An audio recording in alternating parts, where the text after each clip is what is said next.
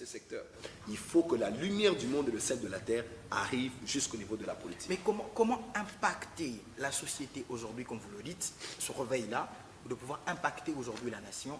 Mais comment impacter la nation si on ne peut pas entrer dans la société aujourd'hui actuelle et surtout au pays? On ne peut pas entrer dans la société pour pouvoir impacter au niveau de l'intérieur. Comment faire exactement? J'ai eu le temps pendant 3 jours d'enseigner ça. Parce que, excusez-moi, parce qu'aujourd'hui, pour entrer dans la société, il faut faire ceci, il faut être dans une loge, il faut faire patati patata. Mais exactement, comment entrer dans cela et impacter un monde pareil qui est déjà pourri de l'intérieur? J'étais avec le directeur de protocole d'un chef de l'État ici en Afrique qui m'a dit, Joël, le problème des chrétiens, ce n'est pas qu'ils sont absents dans tous les secteurs. Les chrétiens sont partout. Allez à l'aéroport de Njili, chez nous au Congo, par exemple, pour ne parler que du Congo, vous allez voir des chrétiens. Mais s'ils sont dedans, c'est qu'ils sont pervertis carrément. Non, pas forcément. Lorsqu'on met du levain dans la pâte, ce n'est pas au même moment que la pâte va gonfler. Donc le travail peut se faire en silence, mais quand seulement la farine, le levain est dedans, la levure est dedans, quelque chose peut se passer. Alors cet homme m'a dit, Joël, le problème ce n'est pas l'absence des chrétiens dans toutes les sphères. Le problème c'est les chrétiens qui ne savent pas pourquoi ils sont là. Ils pensent seulement que je vais au travail parce que j'attends le salaire. Je vais au travail pour gagner, pour passer le temps. Mais maintenant, c'est ce genre de message comme j'ai prêché pendant 3 jours à l'église Bethel ici. C'est de dire aux chrétiens maintenant, tout ce que vous faites de la société, vous êtes en mission. C'est là que vous devez emmener les valeurs. Vous devez être ponctuel au travail. Vous devez être assidu au travail. Vous devez prier, créer même des structures. Aujourd'hui, on a au Congo, par exemple, des régies des eaux pour crise, des SNEL pour crise, des structures comme ça, où petit à petit, vous emmenez les valeurs. J'ai même prêché dans une grande structure qui régule le travail au Gabon. On m'a invité, j'ai eu à intervenir là-bas, mais j'ai vu une structure des chrétiens. Donc, la structure qui gère tout le travail qui est au Gabon, qui travaille avec le ministère du Travail d'ailleurs, qui permettent aux gens d'avoir de l'emploi et réguler beaucoup de choses. Mais il y a des chrétiens là-bas. Je crois que le problème n'est pas que les chrétiens ne sont pas... Le problème se situe où exactement? Redéfinir pourquoi nous travaillons. Redéfinir le ministère. C'est comme j'ai dit, être avocat, c'est un ministère. Être politicien, c'est un ministère. Être juge, c'est un ministère. Même dans Romains 14, on dit que le magistrat est un serviteur de l'Éternel. C'est un ministre de Dieu. Donc les chrétiens doivent maintenant... Le problème, ce n'est pas qu'ils ne sont pas là, mais ils ne savent pas pourquoi ils sont là. Ils pensent qu'ils ne sont là que pour leur carrière, alors qu'ils sont là pour emmener Christ dans leur secteur. Alors il faut que les chrétiens soient réenseignés encore sur certaines choses, par exemple par rapport au travail dans la place publique. Merci. Déjà, nous avançons vers la fin de cette émission. Elle est très intéressante et on dit souvent que les choses bonnes ne durent carrément pas. Alors il y a une autre question qui arrive par rapport au temps où nous sommes. J'ose croire que vous le savez mieux que moi, qu'aujourd'hui nous vivons le temps de la fin. Le temps où Christ doit revenir prendre son épouse.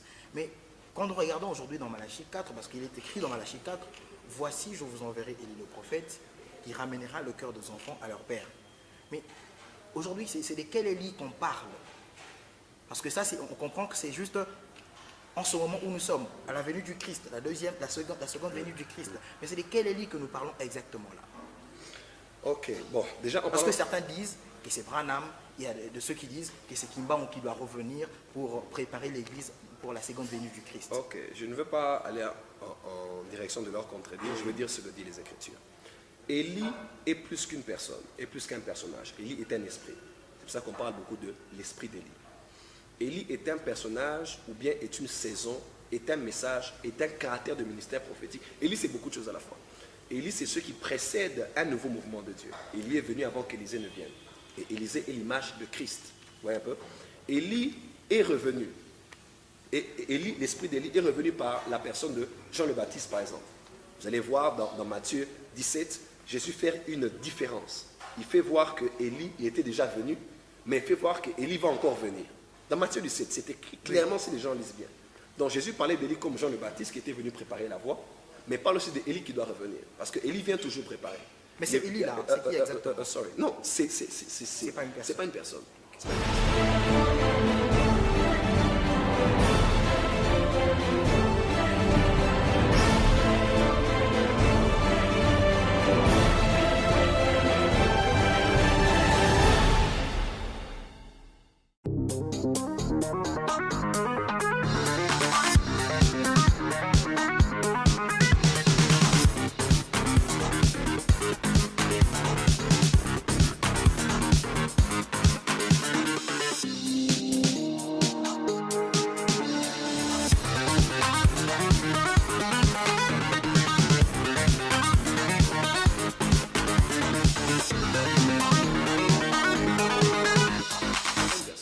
c'est pas une personne. Et Élie est venu préparer la venue d'Élisée. Jean-Baptiste est venu préparer la venue de Christ. Avant l'enlèvement de l'Église, il y a l'esprit d'Élie qui se meut. C'est vrai que Branham était un vrai prophète, mais ce n'est pas lui la... Je ne dis pas que ce que Dieu l'a dit, que tu es Élie, que c'est faux. Mais ce que j'aimerais dire ici, c'est que quand Dieu te parle, des fois il te parle comme un fils unique. Et tu risques de croire que tu es le numéro 1 alors que Dieu ne te parlait que parce que quand Dieu te parle, il te parle comme si tu étais la seule personne à faire cela. Par exemple, Dieu peut te dire, mon fils, je vais t'élever dans ce pays, c'est toi qui vas changer les choses. Est-ce que Dieu dit qu'il n'a pas encore appelé d'autres gens? Non. Mais quand Dieu te parle, il te parle comme fils unique. Il te parle comme s'il n'y avait que toi qui devais faire ça. Et pourtant, au même moment, il dit cela à beaucoup d'autres gens.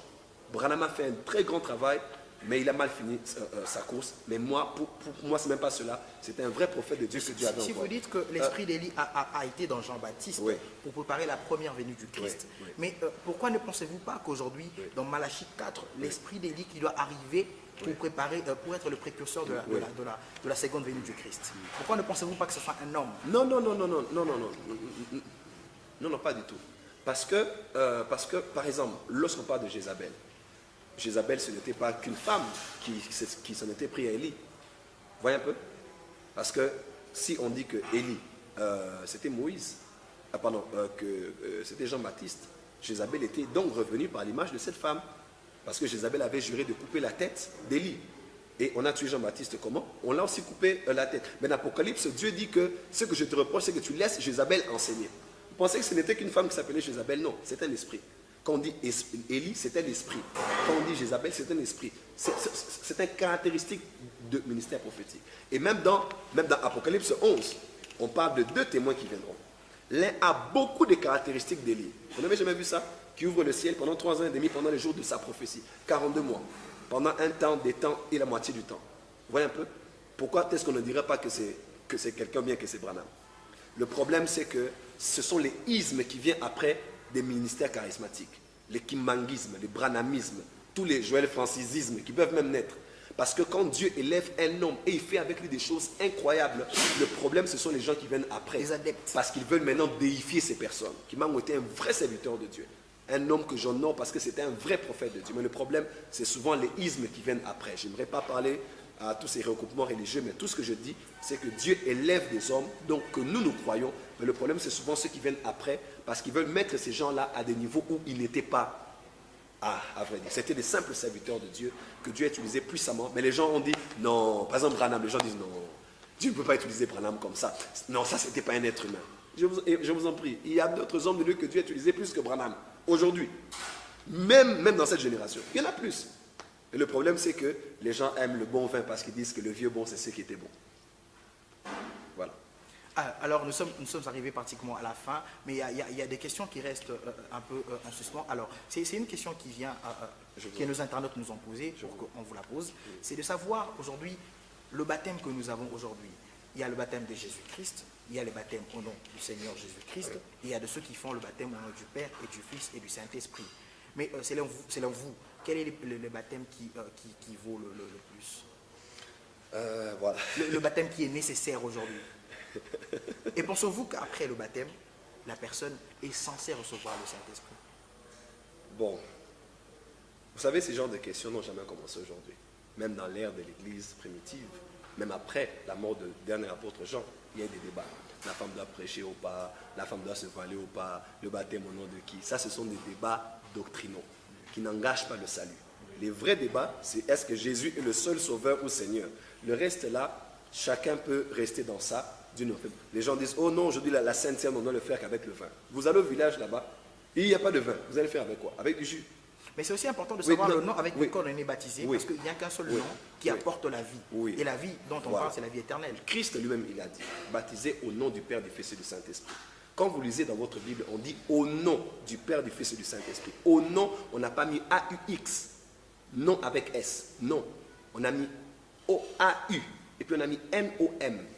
Au nom du Père, du Fils et du Saint-Esprit. Il y a erreur, on devait mettre au nom avec X et avec S. Pourquoi? Parce qu'il y a un seul nom qui incarne l'autorité du Père, du Fils et du Saint-Esprit. C'est le nom de Jésus. C'est pour cela que faire quelque chose au nom de, par exemple, la Bible déclare, tout ce que vous demanderez en mon nom. Ce n'est pas une formule. Ce n'est pas dire qu'au nom de Jésus, je reçois. Non. En mon nom, vous chasserez les démons. En fait, Jésus chassait les démons au nom de qui? En son nom, Jésus disait, au nom de Jésus, sort. Non, il est chassé. Chasser au nom de Jésus, ce n'est pas une formule, au nom de Jésus. Au nom de Jésus, c'est travailler dans l'autorité de Jésus. Au nom, le nom en grec. C'est pour ça que les gens doivent comprendre. Ils font des débats, ils ne connaissent pas la Bible. Au nom, le nom là en grec, c'est onoma. Onoma veut dire caractère et veut dire autorité. Onoma veut dire caractère et autorité. Caractère et autorité. Caractère, voilà pourquoi les fils de Séva sont allés chasser au nom de Jésus que Paul prêche. Ils ont dit, vous là, on va vous tabasser. Pourquoi? Parce qu'ils travaillaient au nom de Jésus, dans l'autorité, mais n'avaient pas le caractère de Jésus. Et ils ont été tabassés. Vous voyez un peu? Quand on dit baptiser au nom de, ce n'est pas dire au nom de Jésus je te baptise. Non, c'est sous l'autorité du nom de Jésus-Christ. Aujourd'hui, nous ne chassons pas les démons tous au nom de Jésus. Il y a des démons qui disent, sors. Alors quand il est sorti, est-ce qu'il n'est pas sorti parce qu'on n'a pas dit au nom de Jésus? Les gens sont des débats qui sont terre à terre des fois. Baptiser au nom du Père, du Fils et du Saint-Esprit, ou bien baptiser au nom de Jésus, c'est toujours baptiser. Le plus important, c'est la symbolique, la conscience, le témoignage d'une conscience pure de celui qui croit qu'il est mort avec Christ et qu'il est ressuscité avec lui. Au nom du Père, et vous allez voir des gens se haïr parce qu'il fallait dire au nom de Jésus-Christ. Non, les apôtres ont fait au nom de Jésus parce qu'ils le faisaient sous l'autorité du nom de Jésus.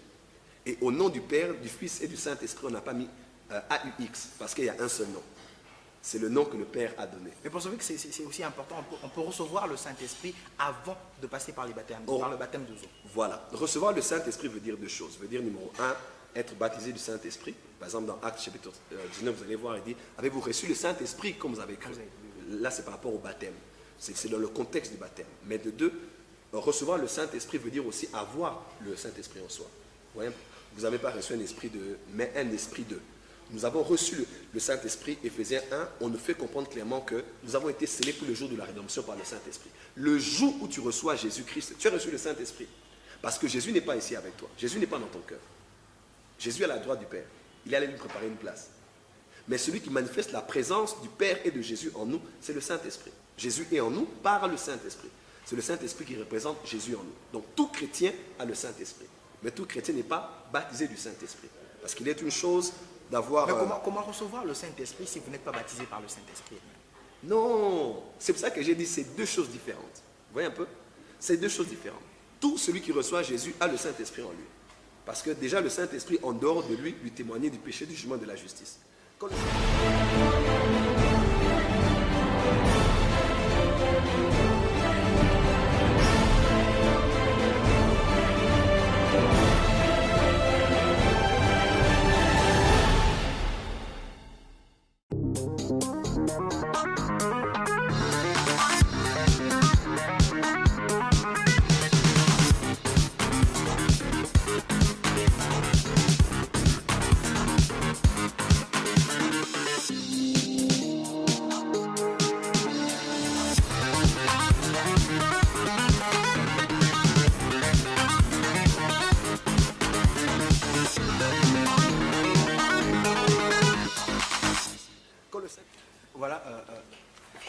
Joël Francis, nous sommes arrivés à la fin de notre émission. Quand bien même il y a des sujets très intéressants qu'on n'a pas eu le temps de pouvoir les exploiter, mais on garde toujours contact. Dieu voulant, nous allons nous retrouver et faire encore de grands numéros. Mais aujourd'hui, en tant que prophète, quel est le message que vous avez pour l'Église actuellement? Bon, je vais d'abord commencer par vous remercier. Je crois que c'est le mot de la fin d'ailleurs. Voilà. Vous remercier de m'avoir reçu dans votre émission. Et le mot peut-être à l'église que je vais donner, c'est peut-être à l'église de la diaspora qui se trouve ici en Inde. Exactement. Je crois que Dieu nous a tous fait venir ici pour apprendre de ces personnes. Dieu a permis que ces personnes aient la technologie, la science, le savoir-faire, même le faire savoir.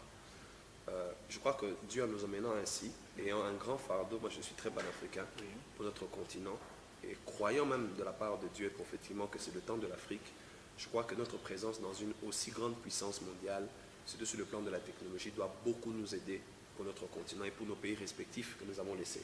Burkina Faso, Gabon, j'ai vu plusieurs même dans l'église où j'ai prêché, du Ghana, du Nigeria, de la Tanzanie, vraiment de partout. Je crois que Dieu a focalisé maintenant les projecteurs sur l'Afrique, et puisque les Africains sont dans des pays comme ceci, nous devons prendre le maximum, tant sur le plan dans tout ce que nous avons comme formation afin d'apporter cela dans nos nations.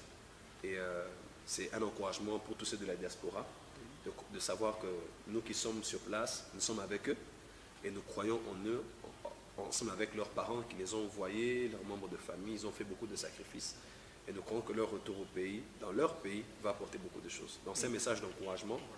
C'est le travail de Agé, de Némi et de Zacharie qui travaillent maintenant pour rebâtir leur propre nation. Et aujourd'hui, vous êtes en Inde, précisément à Bangalore, pour participer à un événement, Exodus.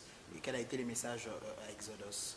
C'est exactement ce genre de message. Parce qu'il y a certains qui n'ont pas participé au culte, oui. Mais à travers Parlons-en qui peuvent nous suivre. En bref, le message a été quoi exactement dans Exodus? Voilà, nous avons dit aux chrétiens que substantiellement parlant déjà, par essence, le chrétien doit être un agent de changement. Il est le sel de la terre, la lumière du monde. Son rôle n'est pas qu'à l'église pour là où il retrouve ses frères et ses sœurs, mais son rôle est surtout entre lundi et samedi dans la société.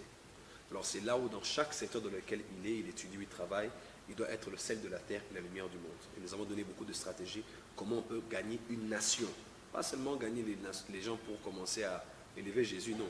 Mais qu'on voie Jésus dans notre système de gérer la cité, le système politique, l'économie, qu'on voie les valeurs du royaume de notre nation. Donc c'est ce dans quoi nous avons été durant 3 jours. Et c'est surtout de dire aux chrétiens, être chrétien ne veut pas dire être bras croisés attendant le ciel, mais c'est d'être un acteur de la société afin d'amener Jésus jusqu'au sommet de l'État. Mais par rapport, en disant, je sais que pour être un bon chrétien, il faut être aussi un bon citoyen. Par rapport à la situation qui se passe aujourd'hui au pays, alors quelle est votre position par rapport à cela? Par rapport au pays, la situation, la RDC précisément, la République démocratique. Parce que je sais qu'il y a beaucoup de gens de la diaspora. Ah voilà, quel est le message? Pourquoi? Quel est votre message par rapport à la situation? Quel est votre apport aujourd'hui dans la société et par rapport à la situation qui arrive aujourd'hui? Non mais c'est déjà très encourageant. Nous voyons toute la nation mobilisée, même les gens de l'extérieur, en train de regarder ce qui se passe autour avec la Senco. Nous encourageons la bonne marche des choses. Nous voyons qu'avec l'Église catholique et tout le monde, que ce soit de la majorité de l'opposition, tout le monde a quand même fait preuve de bonne volonté. Ça, il ne faut pas le nier. Il ne faut pas le nier. C'est déjà des bonnes choses qu'on n'avait jamais vues. Ça faisait des années depuis la conférence nationale souveraine. C'est quand même des bonnes choses. Nous, les Congolais, on critique tout. On voit tous les mauvais côtés. Mais il faut aussi voir le bon côté des choses. Nous sommes tous Congolais. Personne n'aime le Congo mieux que l'autre. Et chacun exprime son amour pour le Congo de manière différente peut-être à l'autre. Donc nous encourageons ce bon élan déjà. La CAN aussi nous a un peu consolés. Donc, exactement. Tout le monde était autour des léopards parce qu'on est tous Congolais. Je crois que c'est cet esprit de la CAN qui doit animer les hommes politiques. Mais il ne faut pas seulement attendre qu'il y ait football pour que les gens soient unis. Voilà pourquoi, vous avez très très bien dit, voilà pourquoi nous devons être autour de notre drapeau. La bonne marche déjà des choses avec la Senco évolue bien. Nous prions que ça aboutisse afin que la paix, l'alternance et l'évolution des choses puissent se faire finalement dans notre pays. Merci bien d'avoir participé dans notre émission Parlons-en. C'est moi de vous remercier. Nous restons en contact, il y aura toujours un moment où on pourra partager, peut-être en coulisses, et on pourra partager avec ceux qui nous suivent. Voilà. Merci chers internautes d'être très nombreux à nous suivre. C'était l'émission avec Joël Francis Tatou. Nous sommes en Inde, précisément à Bangalore, au micro de Samuel Kitembo. C'est un plaisir de vous présenter cette émission. Alors je vous dis à très bientôt et restez branchés. Merci.